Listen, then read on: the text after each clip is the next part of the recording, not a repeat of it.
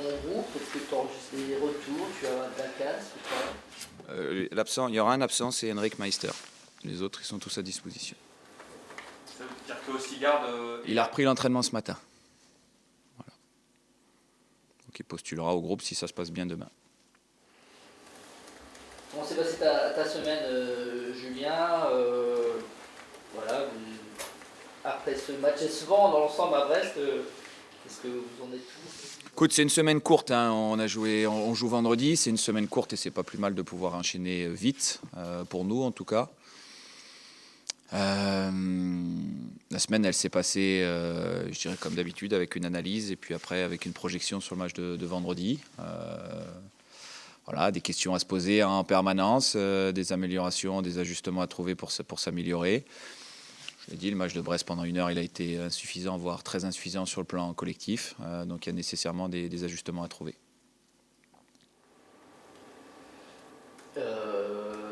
Est-ce que ça réfléchit justement ton changement de système ou pas? On en a parlé, c'est vrai, dès la fin du match à Brest, et forcément, tu te posais déjà la question, tu voulais un peu de temps, c'est normal. Non, je n'avais même pas besoin de temps pour te dire la vérité. Coup de sifflet final, je savais déjà ce que je voulais faire pour le match d'après, mais je ne pouvais pas vous le dire tout de suite. Vous aurez la réponse vendredi, bien évidemment, je ne vais pas vous le dire, mais les questions, je les ai posées, et comme on doit se les poser à la fin de chaque rencontre, on doit faire une bonne analyse de ce qu'il en est. Après, on ne réfléchit pas non plus match par match. On avait vu certaines évolutions, pas encore suffisantes, notamment sur le match de Monaco sur la deuxième mi-temps. Là, ça a été pénible pendant 1 heure. Il y a eu des bonnes choses sur la fin de la rencontre. Voilà, donc maintenant, il y aura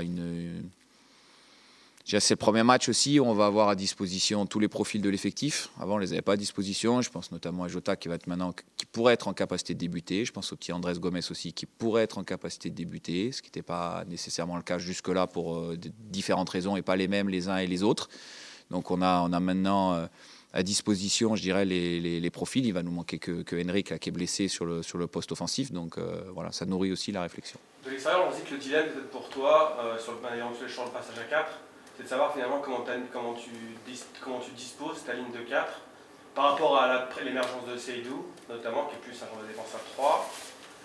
Comment tu vois est-ce qu'il y a pour toi une ligne de 4 évidente, en fait, par rapport à l'effectif dont tu disposes aujourd'hui? Ce qui est évident, c'est que je sais aujourd'hui comment on va jouer vendredi, avec qui. Je l'ai déjà dans la tête. Après, pour le reste, oui, je sais comment on va jouer et avec qui. Voilà, ça c'est évident dans ma tête pour vendredi. Je ne vais pas développer, sinon, c'est pas que j'ai pas envie de vous donner des infos, mais voilà, les infos, elles doivent rester entre nous, à l'intérieur du staff et du vestiaire jusqu'à vendredi soir. Et juste le cas de Seydou, est-ce que pour... Non, c'est pas un cas, c'est notre meilleur défenseur depuis le début de saison. Voilà. Donc, mais c'est pas un cas, c'est notre meilleur défenseur. Donc,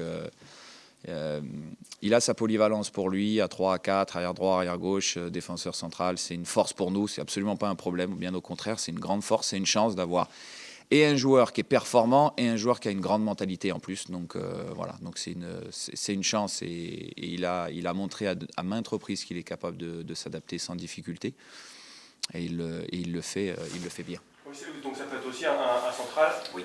sur un duo. Ouais. On a peut-être l'impression d'un point de rupture avec cette heure à Brest, Julien, qui a vraiment été pénible à regarder pour beaucoup de suiveurs rennais. Et on dit maintenant il faut que l'équipe montre autre chose parce que l'encéphalogramme il est un peu plat, même si tu vois des progrès. Non, je n'ai pas dit sur ce match-là que j'avais vu des progrès. J'ai dit qu'il y en avait eu sur les matchs d'avant. Là, je dis que je ne peux pas dire autre chose, que la première heure elle a été insuffisante, voire très insuffisante. Et j'ai même employé le mot pénible. Donc, je ne peux pas vous dire autre chose. Oui, c'est sûr qu'il faut qu'on fasse autre chose que ce qu'on a fait pendant 1 heure. Ça, c'est une évidence. Voilà. Donc, c'est clair. Vous l'avez vu, je l'ai vu, on l'a vu. D'ailleurs, tellement vu que même à la mi-temps, déjà, j'ai hésité à changer. Donc, si je n'ai pas attendu longtemps en début de deuxième mi-temps, c'est que je voulais voir s'il y avait quelques signaux d'amélioration en tout début de seconde période, ce que je n'ai pas vu. C'est pour ça qu'on a changé tout de suite, parce que ça ne fonctionnait pas sur ce match-là. On a l'impression que ce dernier demi-heure, quart d'heure, etc., on a vu une équipe qui finalement n'était pas... On ne la pensait pas en confiance, crispée, qui n'osait pas. On a vu sur les regards notamment que mais non, cette équipe, si elle veut jouer, elle prend confiance, elle prend des risques. Et c'est ça qui t'a aussi marqué? Non, ce qui m'a marqué, c'est la différence entre la première heure et la dernière demi-heure. Et le discours, il n'avait absolument pas changé. C'est-à-dire qu'avant le match, on a beaucoup insisté justement pour contrecarrer Brest sur la nécessité d'être entreprenant, de prendre le ballon, d'être ambitieux avec, de créer du mouvement, de créer des choses. On n'a pas réussi à le faire pendant une heure. Voilà. Après, c'est aussi une dynamique de match, une fin de rencontre avec un adversaire qui menait au score, qui peut-être s'est replié un petit peu plus bas, qui nous a laissé un petit peu plus le ballon. Ça fait partie de l'histoire d'un match. Voilà, donc, ça ne va pas être nécessairement le cas dès le début du match du Havre de pouvoir reproduire la même chose. Ça sera une autre histoire, mais il faudra ambitionner en tout cas de créer des problèmes à l'adversaire tout de suite. On parle de prise de risque. Est-ce que prise de risque, pour toi, c'est un truc de l'extérieur, hein, c'est nous comme ça qu'on le présente, quitte à en fait faire basculer un peu on va dire la réflexion presque devant plutôt que derrière, pour qu'en fait finalement que les gens prennent du plaisir, que tout le monde en fait retrouve un peu le Stade Rennais, tu vois, l'ADN, le côté offensif, prise de risque, même quitte à prendre des buts en fait presque. Aujourd'hui on a l'impression que les gens attendent presque plus ça que tu vois un bloc solide. Oui, bien sûr, je comprends. Ce que j'ai dit aux joueurs hier, je ne vais pas trahir de secret, mais je leur ai dit une chose, il faut qu'on arrive à libérer les énergies. Voilà, donc je ne veux pas dire autre chose que ce que j'ai dit aux joueurs hier, c'est qu'il était nécessaire de libérer les énergies. Voilà, donc ça veut dire ce que ça veut dire. Libérer les énergies, prendre du plaisir, ça veut dire ce que ça veut dire. Plus de joueurs offensifs, ça veut dire ce que ça veut dire. Vous verrez vendredi. Voilà. Non, je comprends tout depuis longtemps, vraiment. Ensuite, je vous dis, c'est la première fois qu'on va avoir tout le monde à disposition aussi. Voilà. Que jusqu'à maintenant, on ne les avait pas à disposition. Donc quand tu n'as pas d'ailier, c'est plus difficile de jouer en 4-2-3-1, en 4-3-3 quand tes joueurs ne sont pas encore disponibles. Voilà, c'est plus difficile. Ou dans un autre système, hein. C'est plus difficile. Là, ils sont à disposition, donc je choisirai. Soit je les utilise, soit je ne les utilise pas. Mais si je ne les utilise pas, ça sera mon choix. Ça ne sera pas par défaut. Voilà. Donc vous verrez vendredi. Steve nous disait à l'instant qu'il n'était pas dans la meilleure des périodes. C'est pas forcément le seul dans ce cas-là. Je pense notamment à Tania Sprufer par exemple. Quelle approche tu amènes avec les joueurs qui individuellement semblent un peu dans le dur aussi aujourd'hui, au-delà de l'aspect collectif et tactique?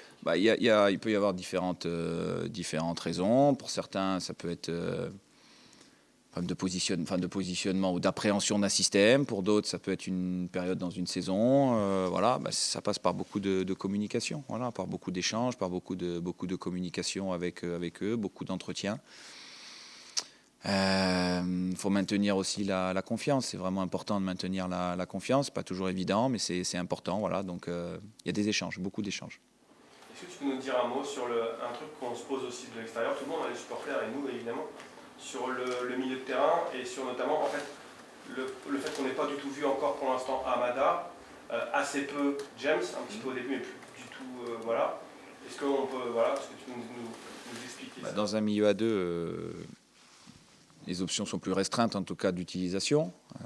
Voilà. Après, quand on joue à 3 ou à 4, c'est autre chose. Si j'ai pris ces options-là, c'est que ça me semblait être celles les plus appropriées dans le temps où on était. Mais les cartes peuvent être redistribuées, tout peut être rebattu. On peut repositionner aussi certains joueurs. Voilà, donc dépendra de ce qu'on veut faire. Et vous verrez vendredi ce qu'on voudra faire sur ce match-là. Mais Amada, il est au niveau? En fait, on se pose la question. Est-ce qu'il est au niveau en fait de ce que vous... Ouais, il bosse, il est arrivé avec du retard. C'est dur quand tu n'as pas fait de préparation comme il faut de rattraper sur le plan athlétique. Il y a plein de bonnes volontés. Ensuite, il s'accroche beaucoup, il travaille, voilà, et son heure viendra certainement à un moment donné. Pour l'instant, c'était pas encore le cas. On t'apprend pas, Julien, qu'une défaite face au Havre, un nul face au Havre même, te fragiliserait encore un peu, en tout cas pour l'environnement extérieur. Est-ce que là aussi c'est un moment un peu déterminant pour toi, pour le club, pour tout le monde, de montrer quelque chose à domicile face à un très mal classé? Il y a différentes choses. Pour le club, pour l'équipe ou pour moi, c'est différent. Là, tu veux m'amener sur mon cas personnel et je ne vais pas parler de moi parce que je pense que ce n'est pas le sujet, que ce n'est pas opportun. Puis surtout, voilà, c'est pas l'enjeu de ce match-là. L'enjeu du match, c'est L'enjeu du match, c'est de gagner en tout cas pour bonifier le point pris à Brest, parce que ça restait un point, même si j'en conviens que la performance pendant les 2 tiers du match n'a pas été suffisante. C'est quand même un point qui a été pris, qui a été arraché par les joueurs, par de la volonté, par des changements aussi, par un changement d'attitude, changement de système, par changement de dynamique de match. Donc ils sont allés le chercher, ce point-là. Et il faut absolument le bonifier pour enclencher quelque chose, parce que ce groupe-là, je vous l'avais dit à la fin de la rencontre, je pense qu'il a vraiment besoin de partager une expérience positive, en tout cas, pour que ça puisse déclencher de la confiance et qu'il puisse peut-être enchaîner derrière. Quand tu lis ou t'entends, tu dors, machin, des listes, shortlistes avec des entraîneurs. Comment en fait, c'est vrai que la situation, j'imagine depuis quelques temps, elle est forcément éprouvante sur le plan humain pour toi. T'es comme tout le monde, j'imagine. C'est quand même pas. Comment on vit cette période-là? Parce que c'est quand même une période de remise en cause de toi. On se dit, la rigueur, les gens se disent quand est-ce qu'il va être viré, en gros, c'est ça, pour parler clairement. Comment tu perçois ça? Ça me dérange de parler de moi là en ce moment et de vous dire ce que je ressens. C'est pas l'objectif, mais alors, vous savez, on a perdu un match amical sur la préparation, on avait perdu à Guingamp et le lendemain, on m'avait envoyé, je l'avais pas lu, mais on m'a envoyé Pioli. Voilà, on m'a envoyé Pioli dès la première défaite d'un match de préparation au mois de juillet, je crois. Bon, je dirais que ça montrait bien le cadre et le contexte déjà à ce moment-là. Voilà, donc c'était pas une surprise, je m'y étais préparé et finalement ça se poursuit. Et donc il faut que je le saisisse comme une opportunité, justement excusez-moi de l'expression, mais de faire fermer des bouches et puis de continuer à avancer. Voilà, c'est tout. C'est juste cette motivation-là et utiliser cette opportunité-là. Après, moi, je reste moi-même, je ne montre rien et je dois rester surtout focalisé sur ma tâche, c'est-à-dire d'accompagner ce groupe-là, de le développer, de faire des choix, de l'orienter. Voilà, et puis qu'on puisse avoir les résultats. Après, quand il n'y a pas de résultats, ou pas à la hauteur de ce qui est espéré, ou quand il y a des attentes qui sont très fortes, eh ben, on connaît ce métier-là. On sait que le premier qui est fragilisé, c'est l'entraîneur. Bon, ben voilà, c'est comme ça, c'est la règle. Moi, j'ai pas de sentiment particulier par rapport à ça. J'essaye très sincèrement et je le vis de manière, je pense, assez sereine et assez apaisée. Je me focalise sur mon groupe, avec le staff, sur le travail. Et puis voilà, mais il y a une forte motivation, il y a une très très forte détermination, très très forte, voilà, de ne pas lâcher, de s'accrocher, de lutter, voilà, vraiment de lutter contre des vents contraires, contre des oui-dire. Je ne sais pas si c'est vrai, je ne sais pas si c'est pas vrai, j'en sais rien, ça je ne le maîtrise pas. Je vais maîtriser, c'est mon comportement avec le groupe, mon comportement avec les joueurs et mon attitude personnelle par rapport à ça, qui doit être de garder de la sérénité en étant en responsabilité. Je suis quelqu'un de très responsable, donc en conscience aussi. Dans ces situations-là, forcément, le plus important, c'est quand même ce qui se passe à l'intérieur, et notamment aussi ce que te renvoie comme message ta direction, les actionnaires, tous ces gens-là. Et aujourd'hui, tu les sens... comment tu les sens, justement? Tu as forcément discuté avec eux. C'est pas moi qui vais évoquer ce sujet-là, quand même. Il ne faudra pas inverser les choses. C'est pas à moi d'évoquer ça. Moi, ce que j'attends, c'est que simplement, voilà, on respecte le travail qu'on fait et qu'on soit avec nous en accompagnant les choses. Après, encore une fois, les décisions, on les prend pas. C'est pas mon job, ça. Moi, il faut qu'on échange tous ensemble. Il y a en plus un nouveau président maintenant, donc il faut qu'on apprenne à se connaître aussi, que les attentes des uns et des autres sur qu'est-ce qu'on peut créer comme ajustement pour augmenter la performance de tout le monde. Voilà, c'est uniquement ça l'objectif. Le reste, c'est le terrain, c'est l'entraînement, c'est le terrain, c'est les matchs et c'est les points.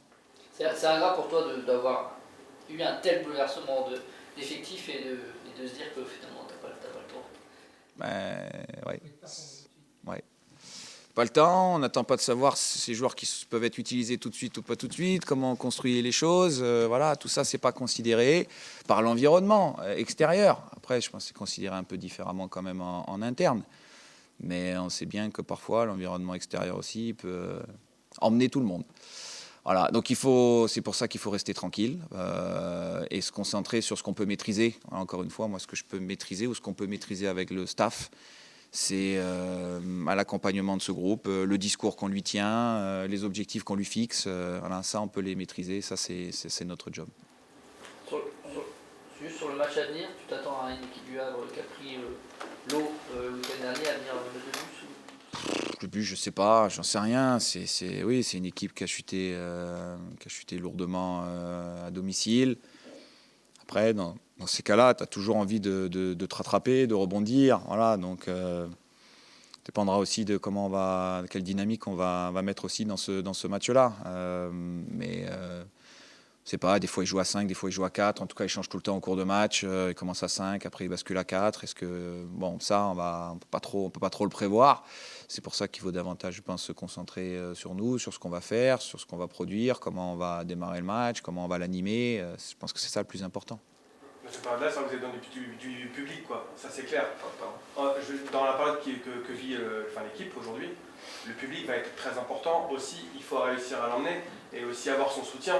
Parce que c'est vrai que c'est forcément aussi un risque, entre guillemets, c'est qu'il se retourne. Oui, tout à fait. Tout à fait. C'est un des enjeux aussi. C'est un des enjeux du moment, c'est clair. Je pense que ce groupe, il aura besoin très clairement de l'appui du public. Après, il faudra le mériter aussi par ce qui sera fait, par ce qui sera produit, par ce qui sera engagé. Voilà, il a toujours été là et à nous de faire en sorte qu'il continue à nous accompagner dans cette période moins faste. On disait avec Steph que Rennes entre dans le rang, il y a un désamour local, il y a une indifférence un peu même au niveau national pour un club qui était sous la lumière. Est-ce qu'il y a aussi un petit peu d'orgueil à aller chercher au niveau de ton orgueil peut-être et aussi l'orgueil des joueurs, l'orgueil de tout le monde pour qu'on reparle de Rennes en positif parce que là il n'y a pas grand-chose qui se passe? Je ne suis pas sûr que l'orgueil soit bien de le placer vis-à-vis d'un environnement extérieur. Je préférais qu'on le place vis-à-vis de performance et de résultats. Voilà. Sur la performance et sur les résultats, oui, il y a de l'orgueil à aller chercher. Sur un environnement extérieur, je pense qu'on touche pas forcément les bonnes personnes. Voilà. Donc autant aller le faire sur nos performances et sur nos résultats. Merci.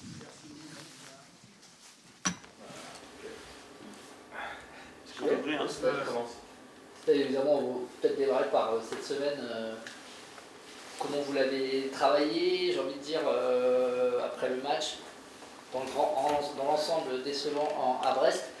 Est-ce qu'il y a des remises en question? Est-ce qu'on travaille différemment à l'entraînement? Est-ce que même carrément on change de système peut-être? C'est sûr que pendant une heure sur le match de Brest, c'était assez compliqué. On a eu 15-20 minutes où on était beaucoup mieux, où on a été cherché, où on était libéré, et puis on a réussi à revenir au score. Donc c'est un truc positif à retenir par rapport à ce match, parce que c'est pas simple d'aller à Brest et de prendre des points. Donc dans notre situation, c'était quand même une bonne chose et quelque chose de positif. Sur cette semaine, c'est sûr qu'on a essayé de mettre un peu plus, on va dire, de monde dans la surface, d'animer aussi différemment, mais comme on peut le travailler chaque semaine, pour essayer d'emballer ce match de vendredi et surtout de gagner, parce qu'on a vraiment besoin de points. Est-ce que tu vois une progression dans le jeu de l'équipe?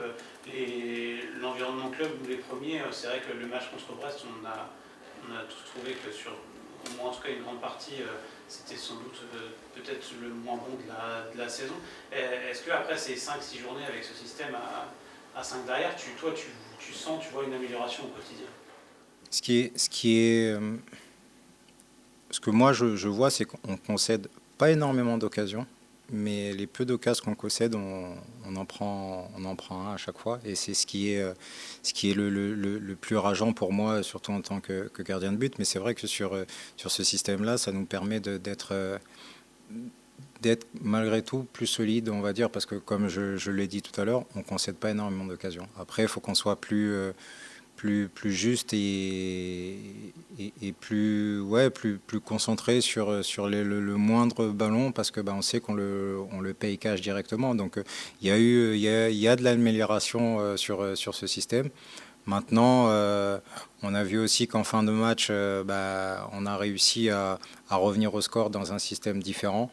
Donc c'est comme je dis, c'est quelque chose qu'on travaille aussi au quotidien et depuis pas mal de temps. Donc maintenant, à voir, parce que je sais où vous voulez en venir aussi. C'est plus avec le coach, il va falloir parler de tactique et de système. Mais en tout cas, nous, on essaie de donner le maximum dans tout ce que le coach nous propose.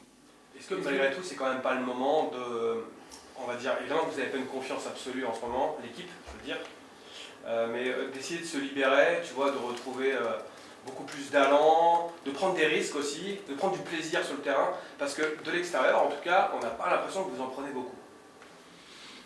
C'est surtout en ce moment et sur le match de vendredi, il va falloir être totalement libéré et puis aller de l'avant et puis emballer ce match et puis essayer de vite marquer aussi, parce que je le répète, on a besoin de points et c'est sûr qu'aujourd'hui on a besoin d'emballer les matchs, de gagner. Après, quand vous parlez de notion de plaisir, ce qui est compliqué, c'est les résultats. Moi, pour ma part, le plaisir, je le prends que dans les résultats.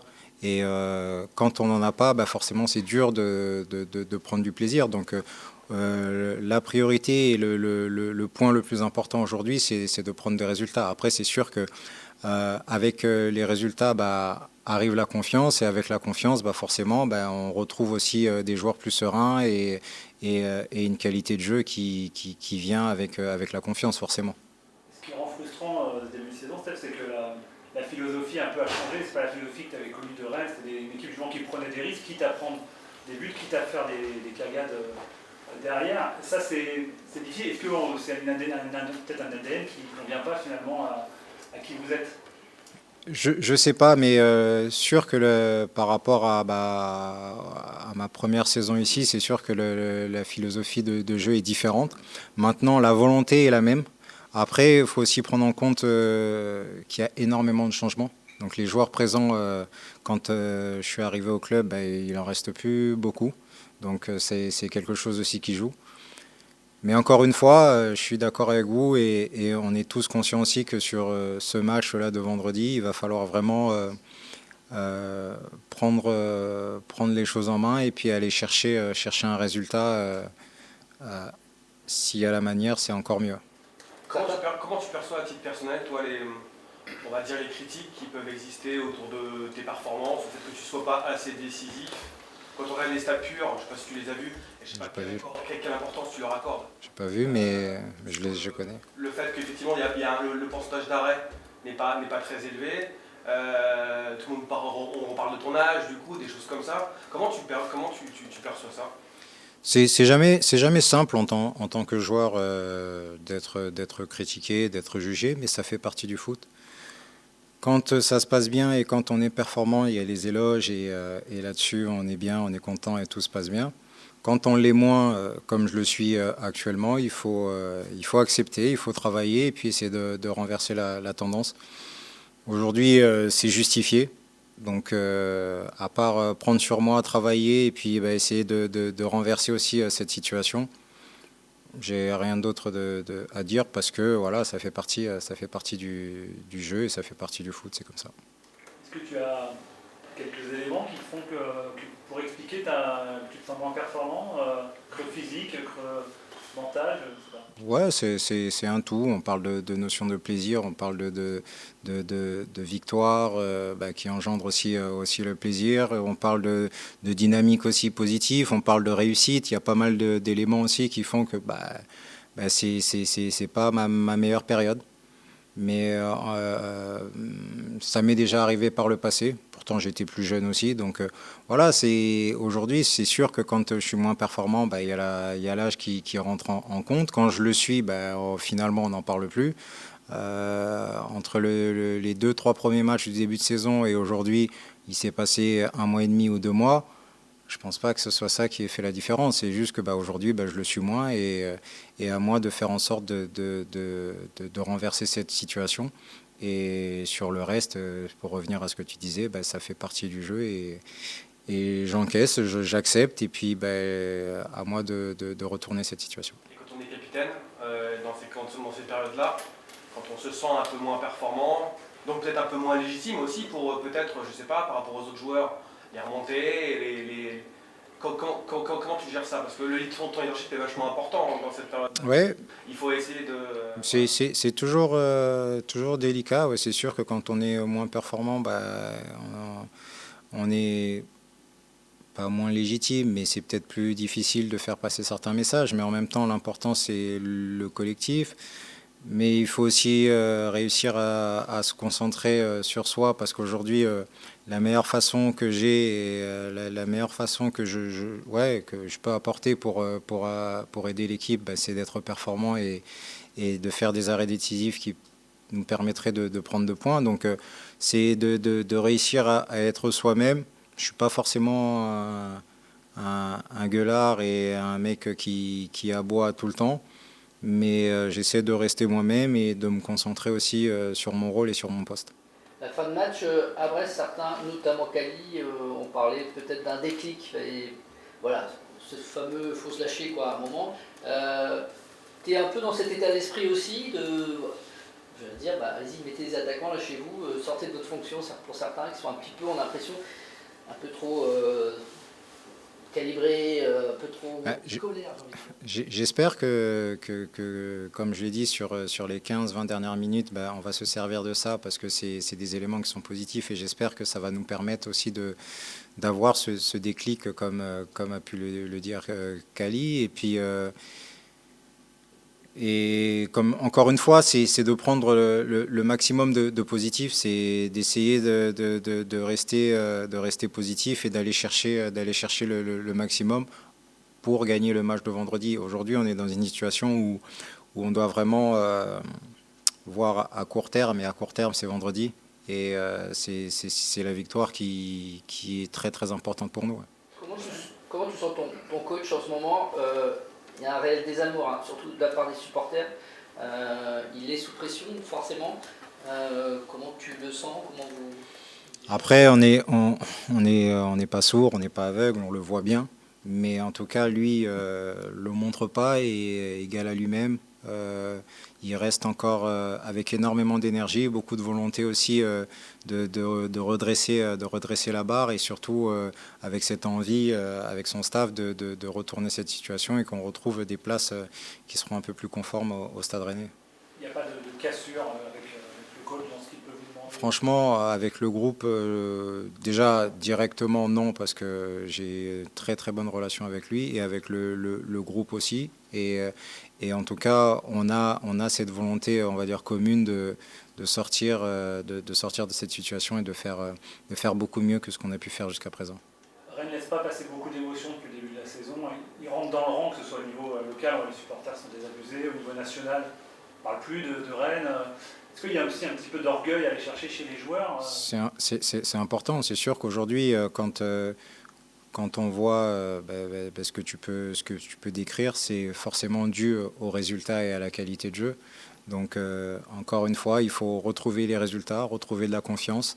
La confiance va amener aussi plus de qualité et plus de liberté auprès des joueurs et va, je l'espère, retrouver un engouement qui peut y avoir ici depuis quelques années. Mais forcément, si on veut retrouver ça, il faut gagner des matchs et enchaîner les résultats positifs. Vous avez eu un petit meeting entre vous en début de semaine, sans trahir évidemment tous les secrets. Mais je veux dire, est-ce que c'était pas le moment peut-être aussi avec le coach de se voir et de se dire voilà ce qui s'est passé à Brest, voilà ce qu'on a mal fait, puis après ce qu'on a peut-être bien fait. Coach, peut-être que. Est-ce que aussi il y a cet échange-là? C'est-à-dire c'est pas que vertical, c'est pas juste le coach qui vous dit. Non, ça on n'a pas attendu le match de Brest, c'est quelque chose qui se fait après chaque match. Les retours se font après chaque match. On a la possibilité d'échanger. J'échange énormément moi avec le coach et il échange énormément avec les joueurs. Donc là-dessus, c'est pas forcément après le match de Brest, c'est après chaque match. Donc ça. On sait ce qui a été mal fait, ce qui a été moins bien, et puis on sait ce qui a été bien fait aussi. On en a discuté, on l'a vu à la vidéo, on a échangé individuellement et collectivement. Donc ça, c'est depuis le début. Ça. Vous êtes allé à la rencontre des supporters après le dernier match ici, Steph aussi après Brest. C'est quoi le ressenti? Il y avait un peu d'agressivité, de déception? Il y a... C'est un peu tendu? Non, mais moi, je comprends totalement la frustration, la déception des supporters. Et à côté de ça, quand je suis parti les voir, surtout ici, c'était juste pour les remercier parce que malgré la déception, malgré la frustration, ils ont été là tout au long de la rencontre. Ils nous soutiennent. À Brest, c'était exactement la même chose. Le parquage était plein et ils ont poussé jusqu'au bout. Après, à la fin du match, par rapport au résultat, je comprends totalement leur déception. Donc voilà, mais encore une fois, et je le répète, il n'y a que les résultats qui vont permettre d'inverser la situation et la tendance. Voilà. Merci beaucoup. Merci à vous.